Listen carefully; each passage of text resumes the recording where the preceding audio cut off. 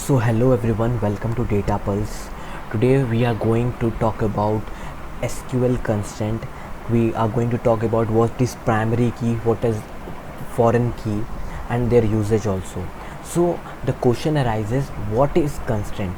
See, the SQL constraint ensures a data integrity by enforcing rules on data stored in table.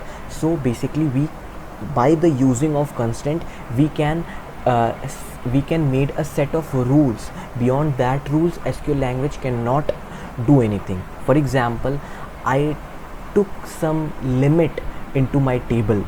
Okay, I will talk this function like in another video about limit function.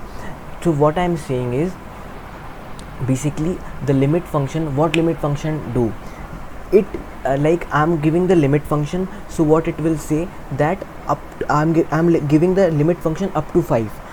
So SQL will print up like only up to 5 rows or columns, not beyond that, because I'm giving the limit function over that. So so we can do some set of rules into that in constraint. Now we will talk about primary key constraint. See, the primary key is basically a unique key. For example, in a company, there is an employee, right? They will get a ID, so that ID cannot be same by another employee. Okay, so that will be called as a primary key.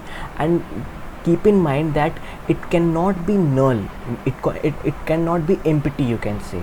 The primary key is essential to relational database management, as it provides a way to efficiently retrieve and update data. Now in next slide we will talk about what is unique constraint.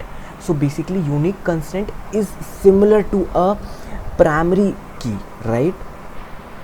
Like unique constraint, as I already told you, that in a primary key, the ID, for example, the ID is a primary key, an ID is cannot be same.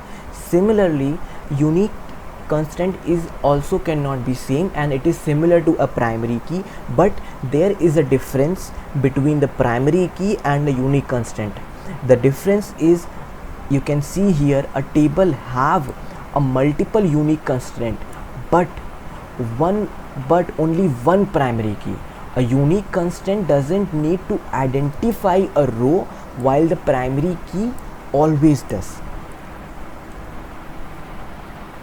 So now in the next slide, not null constraint.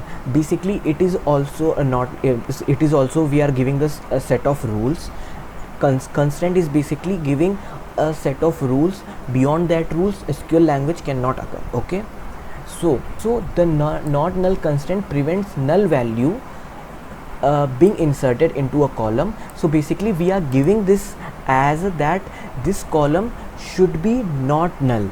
For example, I already told you that primary key cannot be null, so we are giving some limit that it cannot be null. Okay, now we will talk about foreign key constraint. So what is foreign key? Foreign key is basically, you can say that it can be same. For example, like a name is a foreign key, because it can, like, there is a possibility that in a same company